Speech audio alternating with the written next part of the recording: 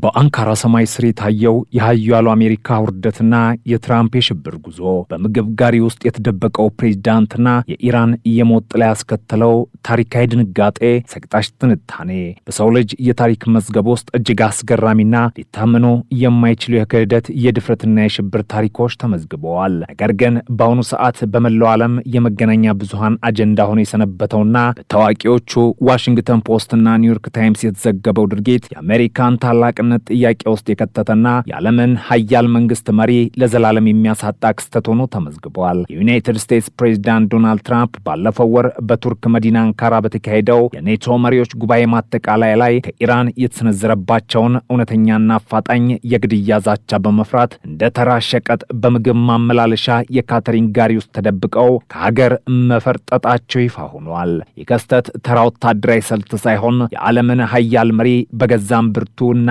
በገዛ አብሪቱና በጠላቶቹ ፍርሃት መካከል ተቀጥቅጦ እንዴት እንደተዋረደ የሚያሳይ ከባድ ድራማ ነው። ታሪኩ የሚጀምረው ሐምሌ 8 ቀን 2026 ዓ.ም ነው። በአንካራ ዓለም አቀፍ አውሮፕላን ማረፊያ ነው። የኔቶ ስብሰባ ተጠናቆ ፕሬዝዳንት ትራምፕ ወደ ዋሽንግተን ለመመለስ በተዘጋጁበት ወቅት የአሜሪካ የስለላ ድርጅት እጅግ አስደንጋጭ መረጃ በእጃቸው ላይ ወደቀ። የኢራን አብዮታዊ ዘብ በቀጥታ ትራምፕን ወይም የፕሬዝዳንቱን አውሮፕላን በአየር ላይ ለመምታት ዝግጅቱን ማጠናቀቁን የሚጠቁም መረጃ ነበር። በተለይም ፕሬዝዳንቱ ወደ ቱርክ ሲመጡ የተጠቀሙበትና በኳታር መንግስት በስጦታ የተበረከተው ባለ $400 ሚሊዮን ግዙፍ ቦይንግ 747-8 አውሮፕላን የመከላከያ ስርዓቱ ከአሮጌዎቹ የአሜሪካን ፕሬዝዳንት አውሮፕላኖች ያነሰ መሆኑ መታወቁ ስጋቱን እጥፍ ድርብ አደረገው። ኃያሉ አሜሪካ በቢሊዮን የሚቆጠር ዶላር አፍስሳ የገነባቸው ወታደራዊ ግርማ በኢራን ሚሳኤሎች ፊት ምን ያህል ደካማ እንደሆነ የታየበት ያ አሰቃቂ ሰዓት ነበር። ትራምፕና የደህንነት አማካሪዎቻቸው ያወጡት የማምለጫ ዕቅድ ግን ከማንኛውም የሆሊውድ ፊልም የላቀና ሰቅጣጭም ነበር። የዓለም አይን በሆኑት የቴሌቪዥን ካሜራዎች ፊት ትራምፕ ለቀድሞ ጊዜ ትዝታ በሚል ሰበብ ወደ አሮጌው ሰማያዊ ቀለም ወደ ተቀባው ኤርፎርስ ዋን አውሮፕላን በኩራት ሲወጡ ታዩ። ህዝቡና ጋዜጠኞች ፕሬዝዳንቱ በአውሮፕላን ውስጥ ናቸው ብለው ሲያምኑ፣ በስተጀርባ ግን ሌላ ዘግናኝ ድርጊት እየተከናወነ ነበር። አውሮፕላኑ እንደተዘጋ በካሜራዎች በማይታየው የአውሮፕላኑ ሌላኛው ወገን አንድ የምግብ ማመላለሻ የካተሪንግ መኪና ተጠጋ። የዓለም ኃያል ሀገር መሪ ለዘመናት አሜሪካ አትፈራም እያሉ ሲፎክሩ የነበሩት ፕሬዝዳንት ራሳቸውን ከሞት ለመታደግ ሲሉ ከምግብ ሳጥኖችና ከቆሻሻ ማከማቻዎች ጎን በዚያ ጠባብ የካተሪንግ ጋሪ ውስጥ እንዲደበቁ ተደረገ። የትራምፕ ፊት በፍርሃት ገርጥቶ በአንካራው አስፋልት ላይ በሚንቀጠቀጠው በዚያ የምግብ ጋሪ ውስጥ ሆነው ወደ ሌላኛው ሚስጥራዊ ወታደራዊ አውሮፕላን ሲወሰዱ የታየው ትዕይንት የአንድን ታላቅ ስልጣኔ መውደቂያ ደወል ይመስል ነበረ።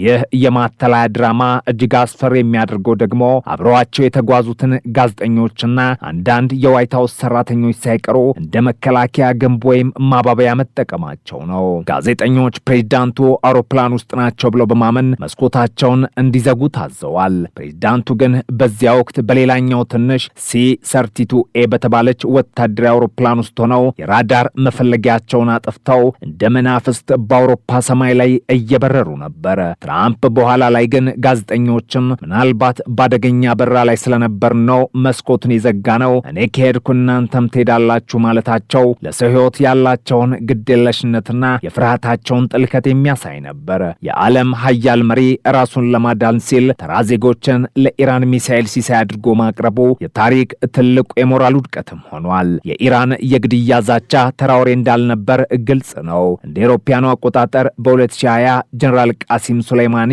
በአሜሪካ ከተገደሉ በኋላ ቴህራን የትራምፕን ደም የግድ እናፈሳለን በማለት የገባችው ቃል ዛሬም በዋሽንግተን ቤተ መንግስት ውስጥ እንደ መቅሰፍት ሲያቃጭል ይኖራል። ትራምፕ በቱርክ ቆይታቸው ወቅት አሜሪካ በኢራን ላይ መጠነ ሰፊ የአየር ድብደባ ስታካሄድ፣ ፕሬዝዳንቱ ግን በቱርክ ሆቴሎች ውስጥ በሽብር ተውጦ ማድራቸው ተሰምቷል። የትራምፕ አስተዳደር በይፋም ኢራንን እንቀጣለን እያለ ሲፎክር፣ በተግባር ግን የሀገሪቱ መሪ በምግብ ጋሪ ውስጥ ተደብቀው መሸሻቸው አሜሪካ በመካከለኛው ምስራቅ ያላትን የበላይነት ለዘላለም እያከሰመ ክስተት ነው። የዚህ ሚስጥራዊ ኦፕሬሽን ዝርዝር መረጃዎች ሲወጡ የዲሞክራሲ ሴናተሮች ሳይቀሩ የአሳፋሪና ከእውነት የራቀ ትዕይንት በማለት ኮንግረሱ ምርመራ እንዲጀምር ጠይቀዋል። ሴናተር ሪቻርድ ብሉመንታል ይህ በታሪክ ታይቶ የማይታወቅና እጅግ አስፈሪ ክስተት ነው ነው ሲል የገለጹት ሁኔታ አሜሪካ በዓለም ፊት ምን ያህል እንደተዋረደች ያሳያል። የትራምፕ ደጋፊዎች ይህ ወታደራዊ ብልሃት ነው ቢሉም የዓለም ፖለቲካ ተንታኞች ግን ፍርሃት የወለደው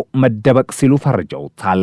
አንድ ፕሬዝዳንት በገዛ ወታደራዊ አውሮፕላኑ ላይ መተማመን አቅቶት በምግብ ጋሪ ተጭኖ መኮብለል ማለት የአሜሪካ ወታደራዊ ኃይል መፈራረሱን የሚያሳይ ሰቅጣጭ ማረጋገጫ ነው። በተለይም ያ ኳታር የሰጠችው አውሮፕላን ጉዳይ ትልቅ አነጋጋሪ ሆኗል። $400 ሚሊዮን የፈሰሰበት ይህ የቅንጦት አውሮፕላን የኢራንን ሚሳኤል መከላከል እንደማይችል የስለላ ባለሙያዎች ሲናገሩ፣ ትራምፕ በገንዘብና በቅንጦት የታወሩት መሪነታቸው ለሕይወታቸው ዋስትና መሆኑን አለመቻሉን ተረድተዋል። ፕሬዝዳንቱ ከእንግሊዝ ወደ ዋሽንግተን ሲመለሱ እንኳን ያንኑ አውሮፕላን ዳግም ለማሻሻል ትዕዛዝ መስጠታቸው በገዛ አውሮፕላናቸው ውስጥ እንደ እስረኛ የመሰማታቸው ሚስጥር ያጋልጣል። ዛሬ አሜሪካ የምትመራው ባለም እጅግ ዘመናዊ መሳሪያ ሳይሆን በፕሬዝዳንቷ ልብ ውስጥ በነገሰው ትልቅ ፍርሃት ነው። ትራምፕ በበረራ ወቅት ለጋዜጠኞች የተሰጡት ምላሽም እጅግ አሳዛኝ ነበር። እኔ በእነሱ ዝርዝር ውስጥ አንደኛው ነኝ ብለው ሲፈክሩ ከጥቂት ደቂቃዎች በፊት ግን በካተሪንግ ጋሪ ውስጥ ተቆልፎባቸው እንደነበር ዘንግተውት ነበር። ይህ የትራምፕ ድርብ ማንነት በሕዝብ ፊት ድል አድራጊ፣ በሚስጥር ግን ተሸናፊና ፈሪ መሆን የአዲሲቷ የአሜሪካ መገለጫ ሆኗል። የኢራን ጦርነት ሰለባ የሆኑት የአሜሪካ ወታደሮች ደም በኢራን ምድር እየፈሰሰ ነው። መሪው ግን በምግብ መኪና ውስጥ ተደብቆ ማምለጡን የሚሰሙት ወታደሮች ለሀገራቸው ያላቸው ታማኝነት መናድ መጀመሩ አይቀሬ ነው። የታሪካዊ ፍርክስክስ በቀጠናው ላይ የሚኖረው ተጽዕኖም እጅግ የጎላ ነው። ቻይናና ሩሲያ ይህንን የአሜሪካን ውርደት እንደ ትልቅ ድል እየተመለከቱት ይገኛሉ። የዓለም ፖሊስ ነኝ የምትለው ሀገር መሪ በኢራን ዛቻ ምክንያት በምግብ ጋሪ ተደብቀው የሚለው ትርክት የአሜሪካን ዲፕሎማሲያዊ ክንድ ለዘላለም የሚሰብር ነው። ኔቶ አባል ሀገራትም ቢሆኑ ራሱን መከላከል የማይችል ፕሬዝዳንት እኛን ይጠብቀናል የሚል ጥያቄ ማንሳት ጀምረዋል። ትራምፕ በአንካራ የፈጸሙት ሽሽት የአሜሪካን ወታደራዊ መዋቅርና የስለላ አውታር ምን ያህል ለውድቀት መቃረቡን ያሳያል። ይህ የትራምፕ የሽብር ጉዞ የሰው ልጅ ታሪክ ካያቸው እጅግ አሳፋሪ ክስተቶች አንዱ ሆኖም ተመዝግቧል። አሜሪካ በገዛ እጇ የለከሰችው እሳት ዛሬ የገዛ መሪዋን በምግብ ጋሪ ውስጥ እንዲደበቅ አድርጓታል። የጥፋት መለከቱ እየተነፋ ነው። ሰዓቱም ወደ መጨረሻው ጥፋት እየቆጠረ ነው። ትራምፕ ዛሬ በዋሽንግተን ቢሆንም በልባቸው ውስጥ ግን አሁንም ያ የምግብ ጋሪ ጠባብነትና የኢራን ሚሳኤሎች ጩኸት እያስተጋባ እንደሚገኝ ግልጽ ነው። ይህ የታሪክ ጠባሳ በመጪው ትውልድ ላይ እንደ ትልቅ ውርደት የሚቀመጥ ሲሆን የአሜሪካ ታላቅነት ዛሬ በይፋ ማብቃቱን ለዓለም እያበሰረ ክስተት ነው። የመካከለኛው ምስራቅ ሰማይ ዛሬም የኢራን ሚሳኤሎች መጫወቻ ሆኗል። አሜሪካ ግን አሁንም በውሸት ፕሮፓጋንዳዋ እውነቱን ለመደበቅ ትጥራለች። ነገር ግን በምግብ ጋሪ ውስጥ የተደበቀው ፕሬዝዳንት እውነት በማንኛውም የዋይት ሃውስ መግለጫ ሊሸፈን አልቻለም። የሰው ልጅ ካልተመለሰ ከዚህ ሰዓት የሚተርፍ ምንም ነገር አይኖርም። አሜሪካ ዛሬ በገዛ መሪዋ ፍርሃትና ውርደት ምክንያት የምጽአት ቀኗን እየገጠመች ነው። ጀነራል ዳንኬን ከጦርነቱ መውጫ ቀዳዳ የሚፈልጉትም ለዚህ ነው። ምክንያቱም ኃያልነቱ አብቅቶ የውርደቱ ምዕራፍ ዛሬ ተጀምሯል። በትክክልም የትራምፕ ሽሽት የአንድ ታላቅ ግዛት የመጨረሻ ትንፋሽን ያመለክታል። አሜሪካ በኢራን ሰማይ ላይ ያዘነበችው ቦምቦች ዛሬ ለራሷ መሪ የሞት ፍርድ ሆኖ ተመልሰዋል። የጦር መሳሪያ ክምችቱ ባዶ መሆን ብቻ ሳይሆን የአሜሪካ ፕሬዝዳንታዊ ሞራል መፈራረሱ ትልቁ ስጋት ነው። ወታደሮች ለምን እንዋጋለን? መሪያችን በምግብ ጋሪ ተደብቆ ሲሸሽ ብለው መጠየቅ በጀመሩበት በዚህ ወቅት አሜሪካ ወደማይቀለበስ የፖለቲካ ትርምስ ውስጥ ገብታለች። ይህ የማይገመት የኃይል ፍጥጫ ዓለምን ወደ ሶስተኛ ዓለም ጦርነት አፋፍ በጥቂት እርምጃዎች ገፋፍቷታል። የሰው ልጅ ዛሬ ካልተመለሰ ከዚህ ሰዓት የሚተርፍ ምንም ነገር አይኖርም። አሜሪካ ዛሬ በገዛ ልቧ በገዛ ቴክኖሎጂዋና በገዛ አስተቷ እየታነቀች ምስኪን ግዙፍ ሆናለች። የጥፋት መለከቱ እየተነፋ ይገኛል። የሰው ልጅ ከዚህ ጥፋት ለመዳን ያላት እድል በየሰከንዱ እየጠበበ መጥቷል። ዛሬ በአንካራ የታየው ድራማ መጨረሻው ሰላም ሳይሆን ምናልባትም የታላቁ ዓለም ጦርነት መጀመሪያና የሰው ልጅ ታሪክ ማጠቃለያ ሊሆን እንደሚችል መራራ ሐቆች እየጠቆሙ ነው። እያንዳንዱ የሚፈነዳ ቦምብ የአንድን ታላቅ ስልጣኔ መውደቂያ ደወል እየደወለ መሆኑን ዓለም ሊረዳው ይገባል። ጊዜው እያለቀ ነው። ሰዓቱም ወደ መጨረሻው ጥፋት እየቆጠረ ነው። ዛሬ ቮሮኔዝ፣ ነገ ደግሞ ዋሽንግተን የዚህ ሰዓት ሰለባ ላለመሆናቸው ምንም ዋስትና ዋስትና የለም። አሜሪካ ዛሬ የምጽአት ቀኗን እየገጠመች ነው።